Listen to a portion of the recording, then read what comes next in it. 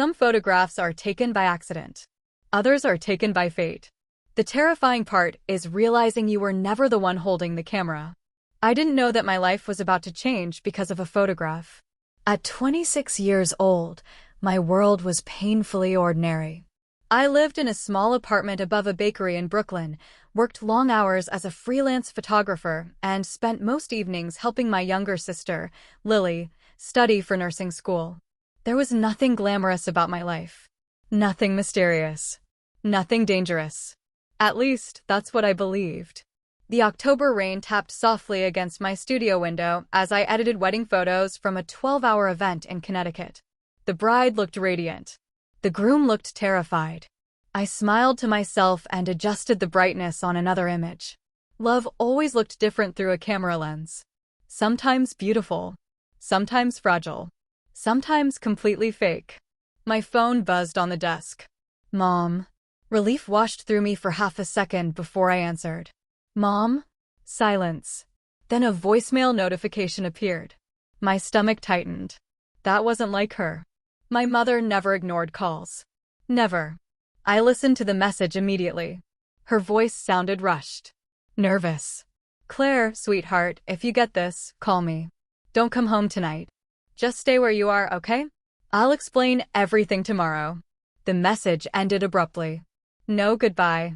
No explanation. Just fear. I called back 3 times. Straight to voicemail. By midnight, I was standing in the rain outside her house in Queens. The porch light was off. Her car was gone. The mailbox door hung open, swaying slightly in the wind. Every instinct told me something was wrong. Then I saw it. A black envelope resting against the front door. My name was written across the front in silver ink. Claire Bennett. No address. No stamp. Just my name. My hands shook as I opened it. Inside was a single photograph. My photograph. Not one I had taken.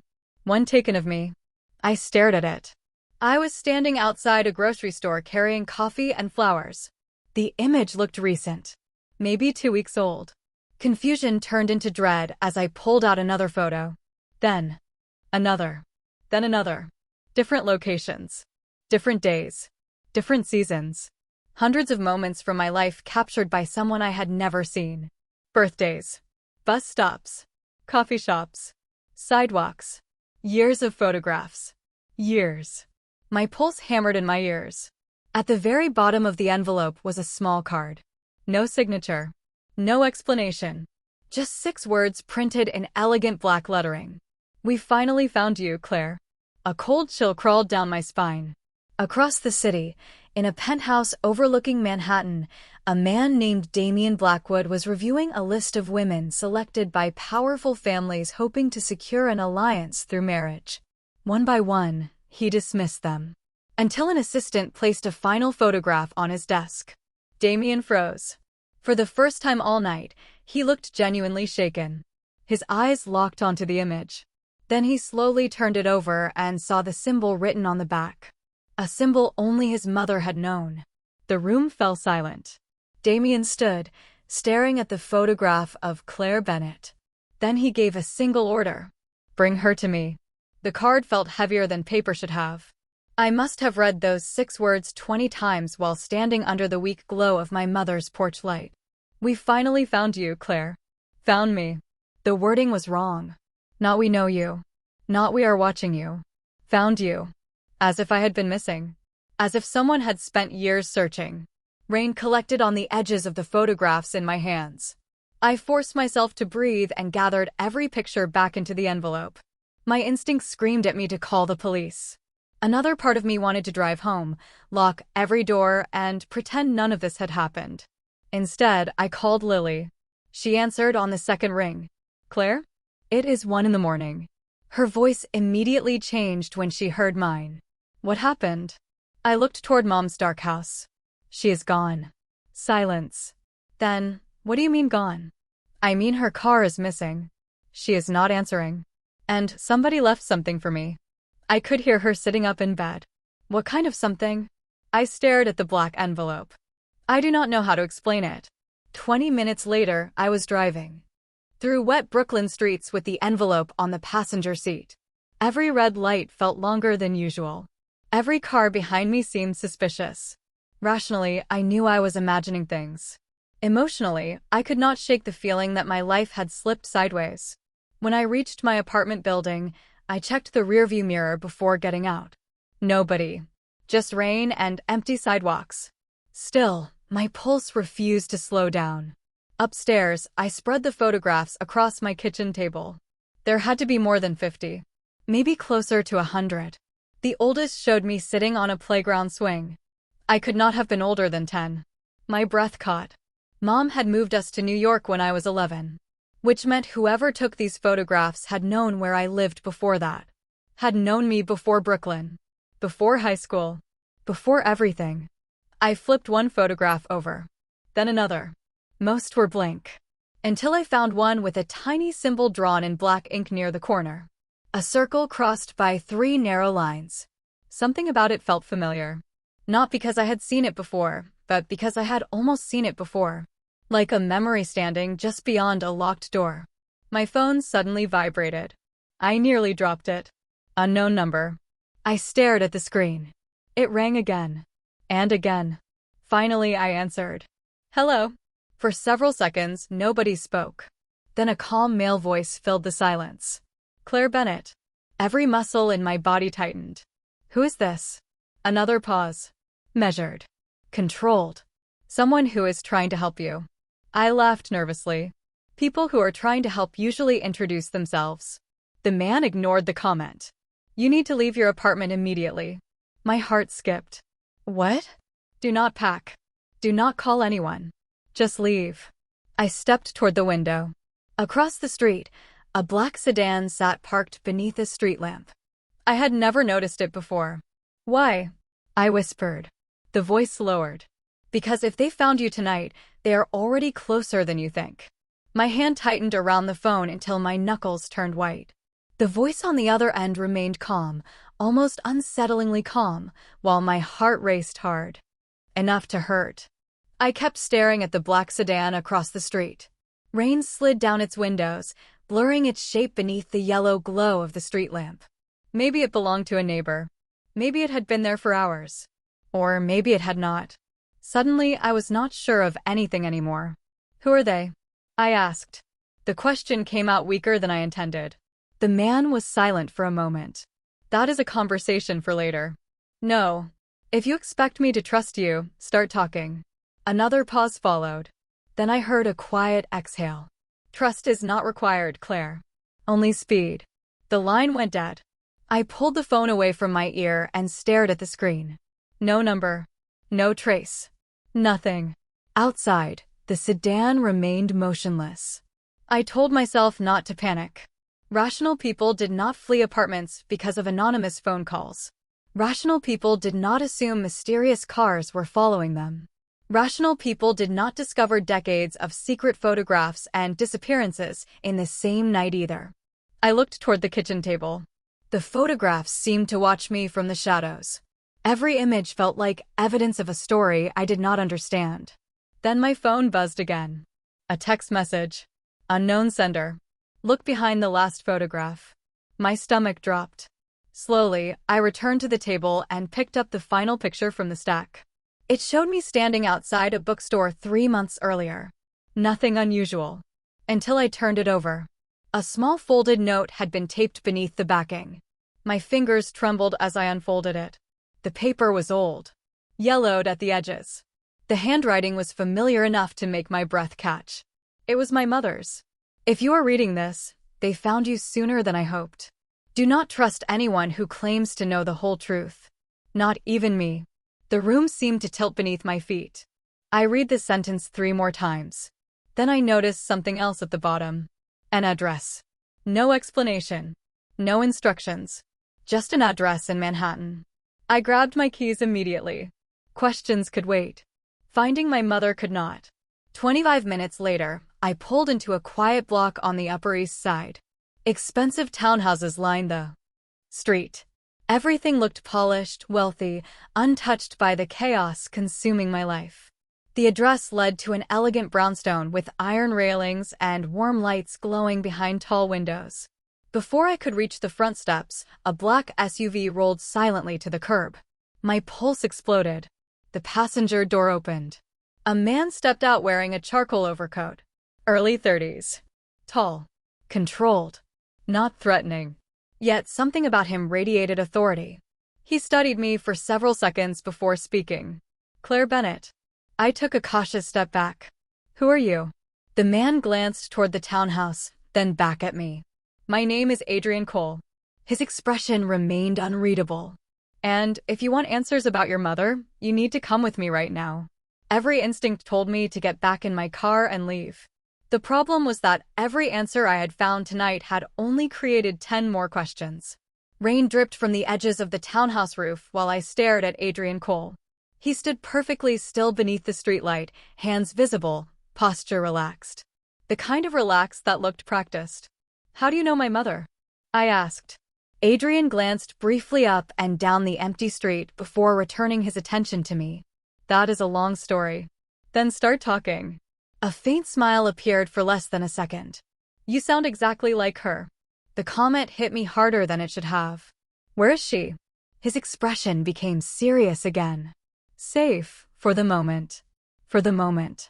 Not exactly reassuring. I folded my arms against the cold. You expect me to believe that? No, he said honestly. I expect you to come inside and decide for yourself. He stepped aside and gestured toward the townhouse entrance. Every warning alarm in my head immediately went off. Unknown men. Secret photographs. Missing mother. Mysterious addresses. Nothing about this situation belonged in a normal life. Then again, my normal life had disappeared somewhere around midnight. After several seconds, I followed him. The interior looked nothing like I expected. No lavish decorations. No dramatic displays of wealth. Just warm lighting, bookshelves, framed photographs, and the faint smell of coffee. It felt lived in. Comfortable. Almost disappointingly ordinary. Adrian led me into a study lined with dark wood shelves. A fire crackled quietly in the fireplace. On the desk sat a single photograph inside a silver frame. My breath caught. It was my mother. Younger by at least 20 years. Smiling beside a woman I had never seen before. Who is that? I whispered. Adrian looked toward the frame. Her closest friend. My eyes narrowed. Then why does she look exactly like me? The room fell silent. Adrian did not answer immediately, which was answer enough. A strange sensation spread through my chest. Fear mixed with curiosity. Tell me what is happening. Adrian pulled a folder from a drawer and placed it carefully on the desk. Your mother spent most of her life protecting a secret. My pulse quickened. What secret? He opened the folder. Inside were old documents, photographs, newspaper clippings, and records that looked decades old. At the center was the same symbol I had found on the back of the photograph. The circle crossed by 3 lines. This symbol belonged to a private organization that no longer officially exists, Adrian explained. Years ago, several powerful families became connected through it. Connected how? Through loyalty. Through promises. Through obligations that survived generations. The words sounded absurd. Yet nothing about tonight felt ordinary anymore. Then Adrian slid one final photograph across the desk. My hands froze. The man in the picture looked familiar even though I had never met him. Dark hair. Sharp features. Intense eyes. The same face from countless newspaper articles I had occasionally seen online. Damian Blackwood. Why are you showing me this? I asked quietly. Adrian met my gaze.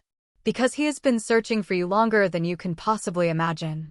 The name settled over the room like a storm cloud. Damian Blackwood.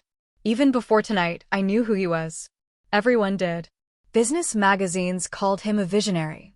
Financial reporters called him untouchable. The internet called him 100 different things depending on the day. Yet none of those explanations answered the question. Pounding inside my head. Why was a man like that searching for me? I looked down at the photograph again. His eyes seemed almost familiar. Not familiar because I had met him. Familiar because I had seen that expression before. The same look my mother wore whenever certain subjects came up. The same look she wore when she thought I was not paying attention. You are telling me one of the most powerful men in New York has spent years looking for a freelance photographer from Brooklyn? I asked. Adrian nodded once. Yes. That makes absolutely no sense. It was never supposed to. I paced toward the window. Rain still streaked across the glass. The city beyond looked distant and unreal. Start at the beginning. Adrian remained seated. The beginning happened long before you were born. He opened another section of the folder and removed an old photograph. The image had faded with age. Two young women stood beside a lake somewhere. One was clearly my mother. The other looked remarkably like me.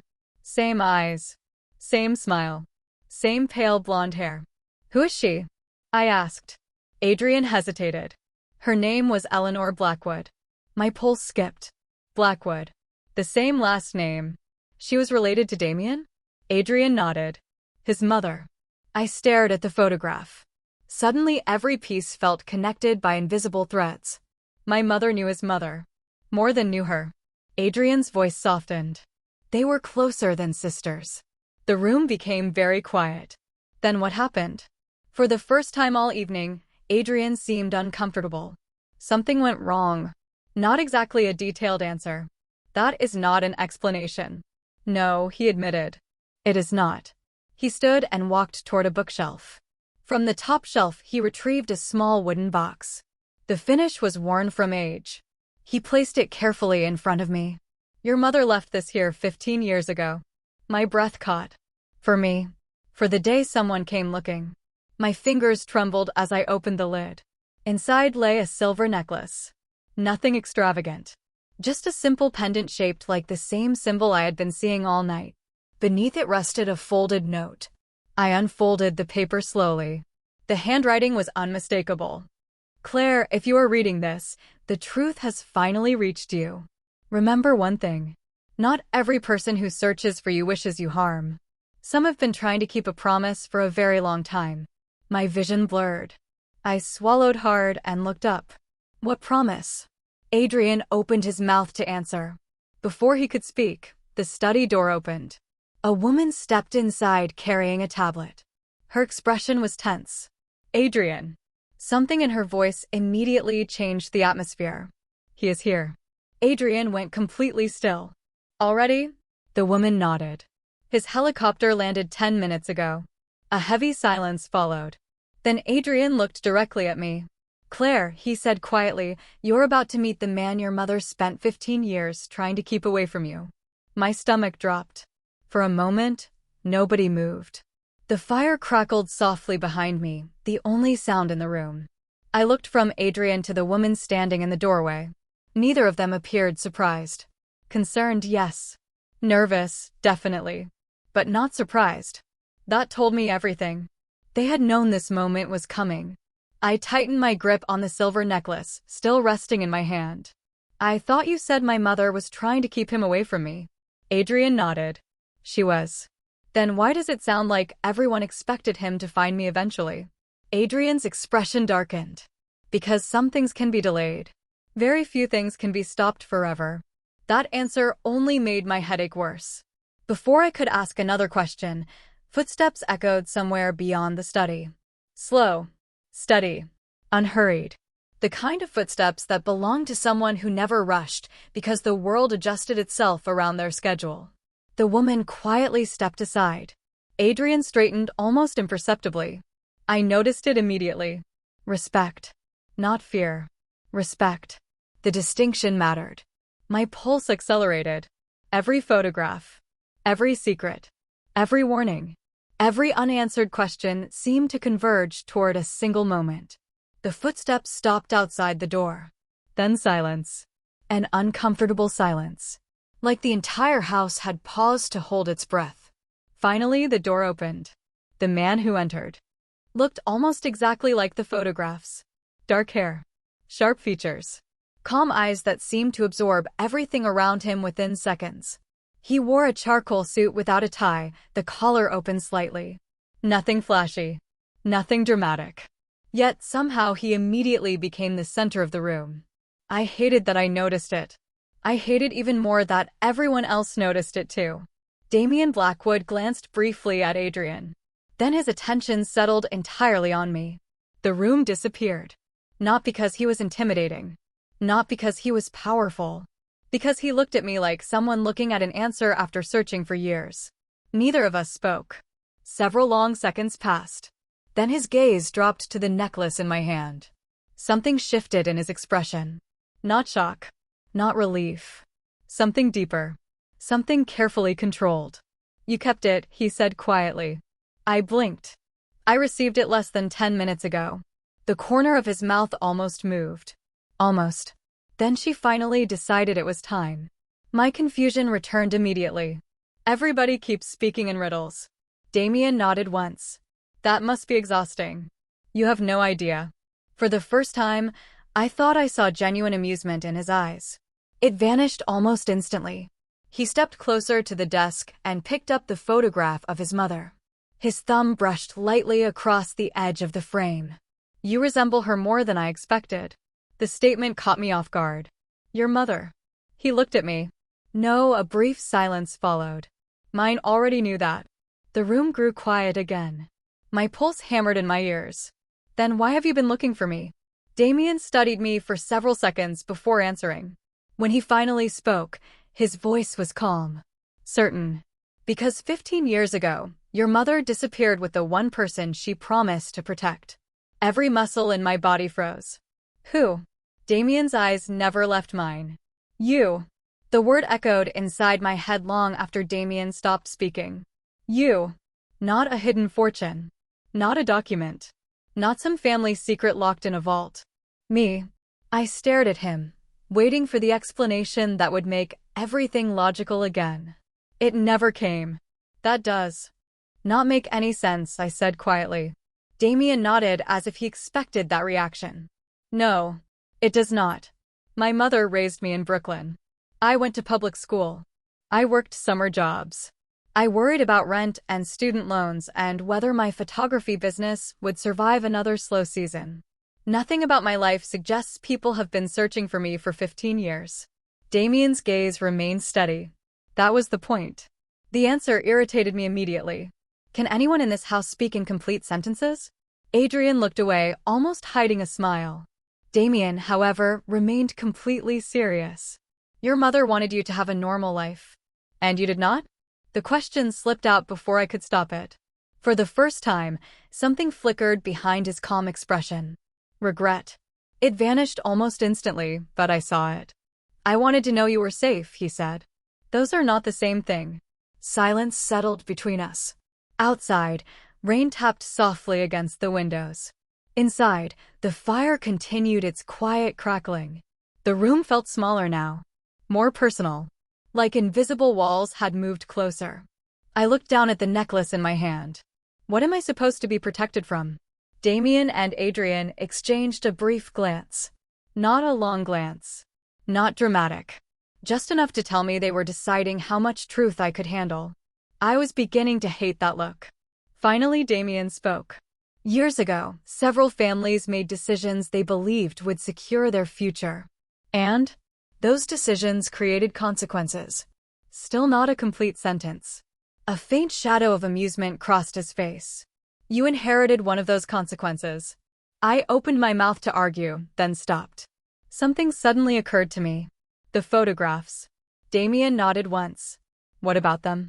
Were they taken by you? The question hung in the air. Adrian shifted slightly. The woman near the doorway looked away. Damien's expression did not change at all. No, relief arrived first. Then concern followed immediately. Then who took them? People whose job was to make certain nothing happened to you. My pulse skipped. You had strangers watching me my entire life? Protecting you. Without my knowledge. Yes. I laughed once. Not because it was funny. Because it was unbelievable. That is not protection. That is surveillance. Damien accepted the criticism without argument. Perhaps. The honesty caught me off guard.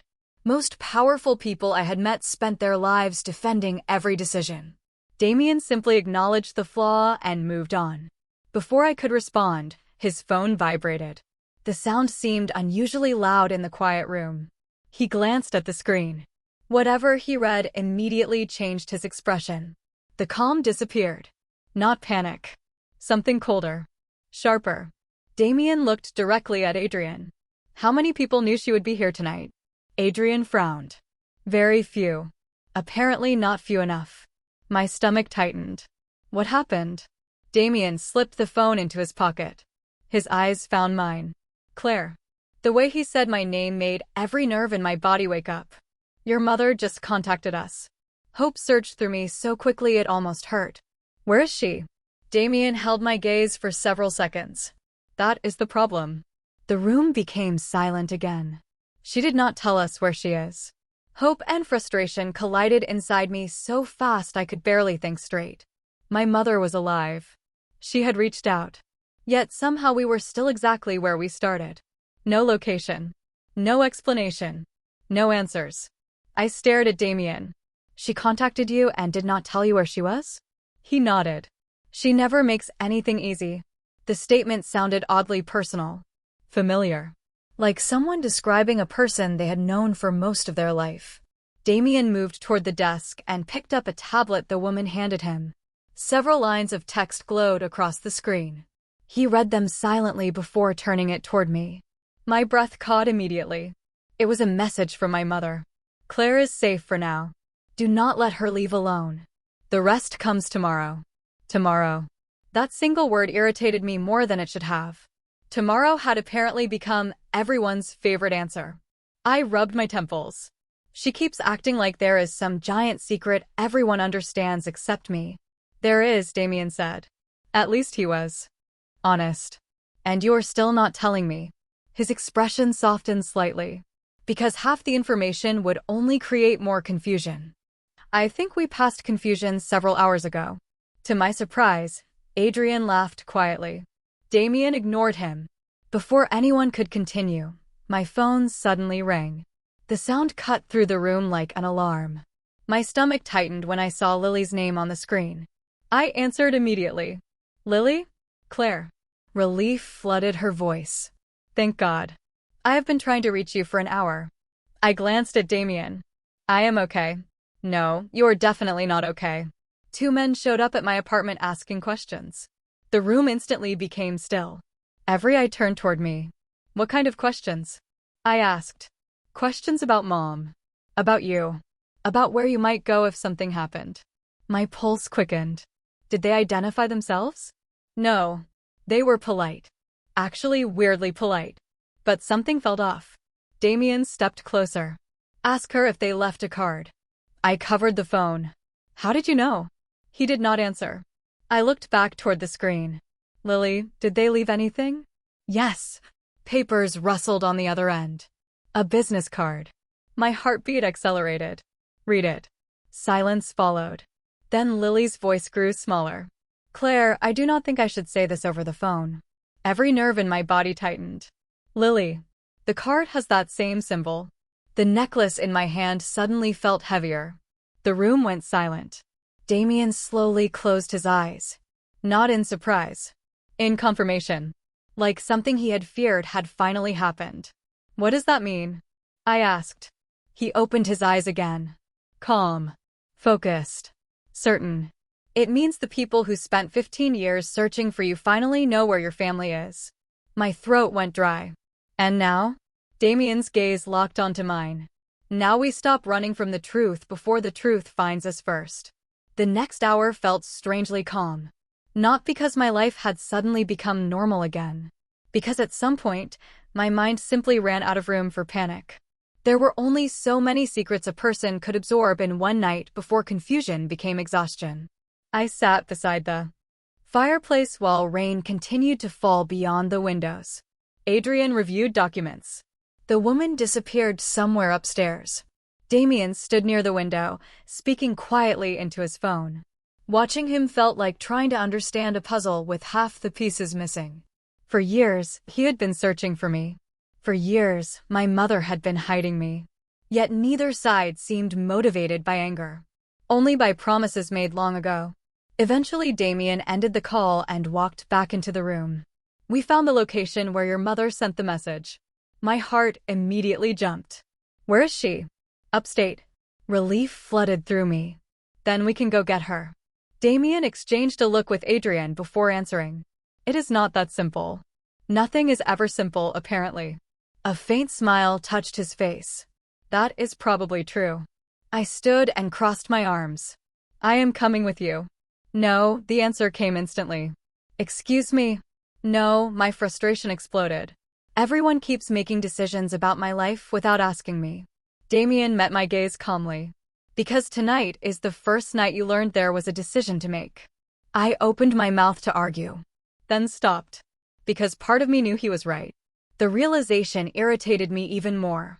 Silence stretched between us. Finally, Damien reached into his jacket and removed a folded piece of paper. Your mother included something else in her message. He handed it to me. My fingers trembled as I unfolded it. The handwriting was hers. Claire, if you are reading this, then everything I feared has finally happened. I am sorry. I wanted more time. More ordinary years. More birthdays without secrets. But life rarely asks permission before changing. There was a long pause before the final lines. Trust your instincts. Trust your heart. And when you meet Damien, remember that promises can survive longer than fear. My vision blurred slightly. I read the last sentence twice. Then 3 times. When I looked up, Damien was watching me carefully. Not demanding trust. Not expecting gratitude. Just waiting. What promise? I whispered. The question barely left my lips. Damien glanced toward the photograph of his mother resting on the desk. The promise began before either of us were born. The room became quiet again. The fire crackled softly. Rain tapped against the windows. Somewhere far away, New York continued moving through another ordinary night. Yet nothing about my life would ever be ordinary again. Because for the first time, I understood something important. My mother had not spent 15 years hiding me from Damien Blackwood. She had spent 15 years preparing me to meet him. And somehow, that realization frightened me far less than it should have.